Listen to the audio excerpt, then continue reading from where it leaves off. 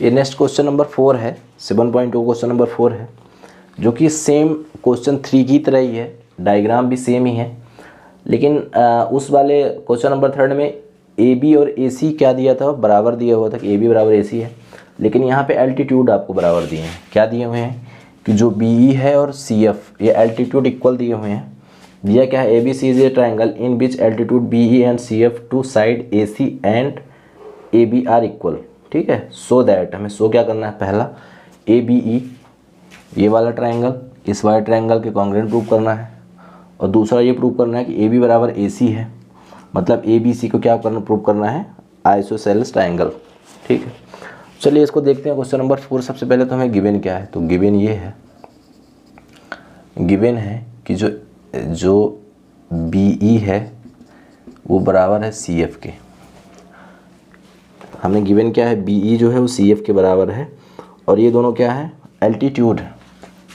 इतना ही हमें गिवन है, बी ई बराबर है किसके, सी एफ के, और ये दोनों क्या है, एल्टीट्यूड है, मतलब राइट एंगल। तो यहाँ से ये प्रूव हो जाएगा, देखिए ये राइट एंगल है तो इस साइड भी राइट एंगल ही बनेगा, और ये राइट एंगल तो इस साइड भी ये राइट एंगल ही बनेगा। तो हमें यहाँ से ये भी प्रूव हो जाता है कि जो एंगल सी एफ ए है वो बराबर है, या तो हम इसको लिख सकते हैं एंगल बी ई ए है वो बराबर है एंगल सी एफ ए के। ये वाला एंगल जो है वो इस वाले एंगल के बराबर है। ठीक है, क्यों है, क्योंकि प्रत्येक क्या है, ईच 90 डिग्री, प्रत्येक 90 डिग्री के राइट एंगल बनाते हैं, और राइट एंगल हमेशा इक्वल होते हैं, वो 90 डिग्री के होते हैं। तो यहाँ से ये दोनों क्या हो गए, इक्वल प्रूव हो गए। अब हमें पहली चीज़ क्या प्रूव करना है, पहली चीज़ देखते हैं हमें प्रूव क्या करना है कि जो एंगल ए बी ई है,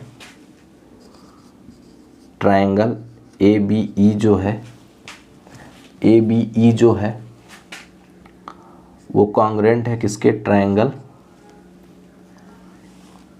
ए सी एफ के।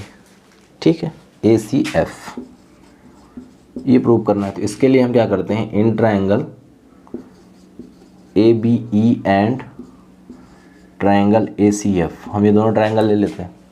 ठीक है, इन दोनों ट्रायंगल में देखिए हमें पहले ही पता है, क्या पता है कि जो बी ई है वो सी एफ के बराबर है, ये साइड जो है इस साइड के बराबर है। पहली चीज़ ये हमें क्या था, गिवन था।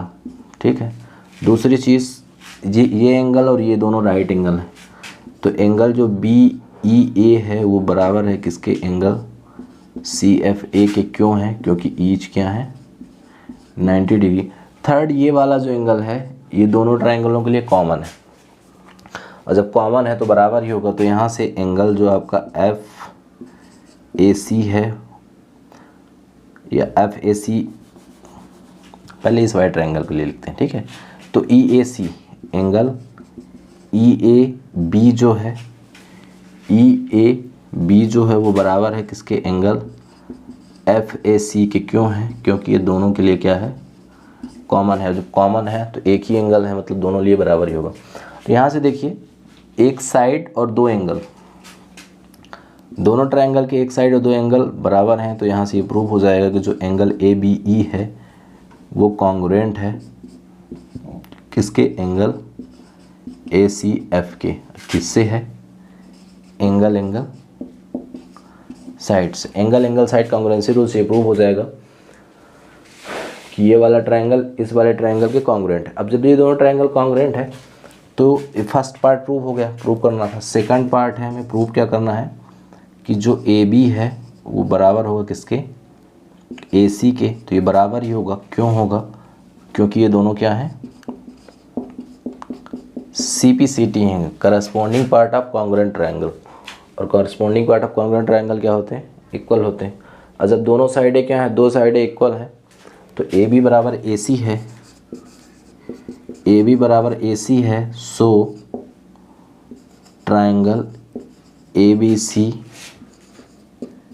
Is a isosceles triangle.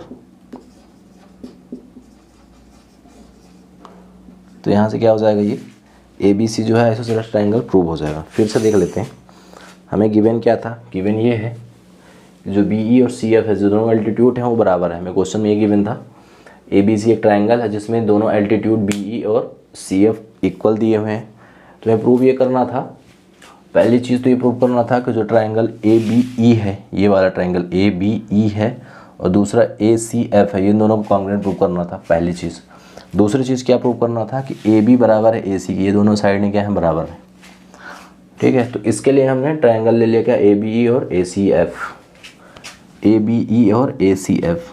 ठीक है, अब इन दोनों ट्राइंगल में हमें बी ई और सी एफ, ये वाली साइड और ये वाली साइड दोनों इक्वल बैलेंस्ड हुआ है।